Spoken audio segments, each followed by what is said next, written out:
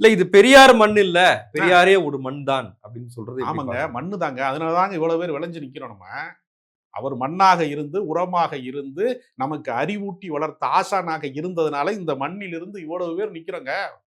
மத சார்பற்றவர்களாக, பகுத்தறிவாளர்களாக, மத நல்லிணக்கத்தை விரும்பக்கூடியவர்களாக, சாதி மறுப்பாளர்களாக, சமத்துவத்தை விரும்பக்கூடியவர்களாக, பெரியார் என்கிற மண்ணிலே இருந்து நாங்கள் வளர்ந்து நிற்கிறோம். உன்ன மாதிரி இனவெறி அரசியலை பெரியார் எங்களுக்கு கற்றுத்தரல. சிவசேனா மாதிரி இங்க வந்து தமிழ்நாட்டில் அரசியல் பண்ணணுங்கிறது என்ன வகையான அரசியல் நான் கேட்கிறேன். பாஜகவினுடைய கைக்கூலியாக நீங்க இங்க வேலை பார்க்குறீங்க. அதனால உங்க அரசியல் இங்க எடுபடாது. யார் மண்ணுங்கிறது எங்களுக்கு தெரியும். முளைக்க நீ மலட்டு விதையாக நீங்க இருக்கிய. உங்களால் உங்கள் தத்துவம் ஒரு நாள் முளைக்காது. சனாதனத்தினுடைய அடிவருடிகளா இருக்கு. நான் நினைக்கிறேன் ஈழப் போராட்டத்தை ஆதரித்தவர்கள்ல தமிழ்நாட்டில் சீமான் மட்டும்தானா? திருமாவளவன் ஆதரிக்கலையா? வைகோ அதற்காக களமாடலையா?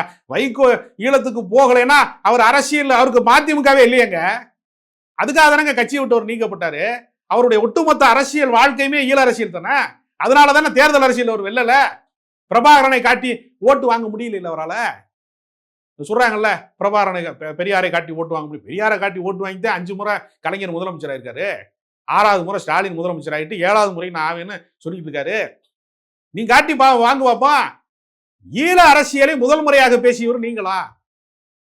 ஆட்சி அதிகாரத்தை இழந்திருக்கான். அதுக்காக ராஜீவ்காந்தி படுகொலையில அந்த கொலையை செய்ததே திமுக தான் அன்றைக்கு வந்து ஒரு மிகப்பெரிய பழி சொல்லை சுமந்திருக்கிறது. திமுக எல்லாம் வாஷ் அவுட் ஆகி கலைஞரை தவிர அத்தனை பேரும் தேர்தலில் தோற்று போயிருக்காங்க. அதிகாரத்தை இழந்திருக்கிறாங்க. அமைதிப்படையை நான் வரவேற்க மாட்டேன், என்னுடைய தமிழர்கள் மீது தாக்குதல் நடத்திய அமைதிப்படையை நான் வரவேற்க மாட்டேன் முதலமைச்சராக இருக்கும்போது சொன்னார்ல.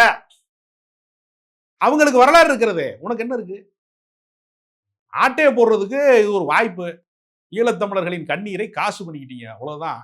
ஒரு தோற்று போன சினிமா இயக்குனர் ஒரு சொகுசு வாழ்க்கைக்காக இளைஞர்களை வழிகெடுக்காதீங்க, அவ்வளவுதான் நான் சொல்றேன். நீங்க சந்தோஷமா இருங்க, கோடிக்கணக்கில் பணம் சேருங்க, வசதியா இருங்க, சொத்து சேருங்க, கொடைக்கானல்ல பங்களா வாங்குங்க, ஈசிஆர்ல பங்களா வாங்க, நவீன கார்களில் பயணம் பண்ணுங்க, சொகுசா வாழுங்க. அதை நம்ம தடை செய்யல, அதெல்லாம் நம்ம வேணாம்னு சொல்லல. இளைஞர்களை வழிகெடுக்காதீங்க.